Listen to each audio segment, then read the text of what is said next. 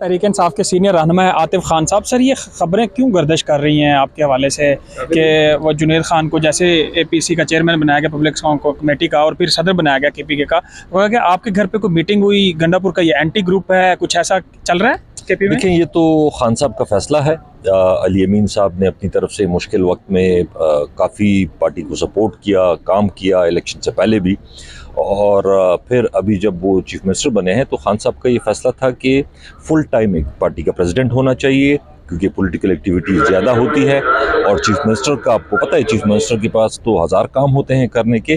तो सिर्फ ये वजह थी कि एक फुल टाइम प्रेसिडेंट हो जो सिर्फ पार्टी को और पार्टी की तंजीम को और वर्कर्स को टाइम दे। तो कोई इख्तलाफात है लीडरशिप में, KP लीडरशिप में किसी के? देखिए, वो तो थोड़े बहुत इख्तलाफात तो हर एक के होते हैं, घरों में भी होते हैं, मुख्तलिफ इश्यूज़ पे होते हैं, ये कोई ज़ाती इख्तिलाफ नहीं होता। लेकिन हो सकता है कि कोई कहता है कि ये काम इस तरह कर लें, दूसरा कहता है नहीं इस तरह कर लें, उस पे तो हर एक पार्टी में होते हैं, हमारी भी पार्लियामेंट में भी हैं, वहाँ पे भी लोगों से होते हैं। लेकिन जो सदारत की बात है, उन्होंने अपना खान साहब ने फैसला किया और इंशाल्लाह सारी पार्टी उसको सपोर्ट करेगी।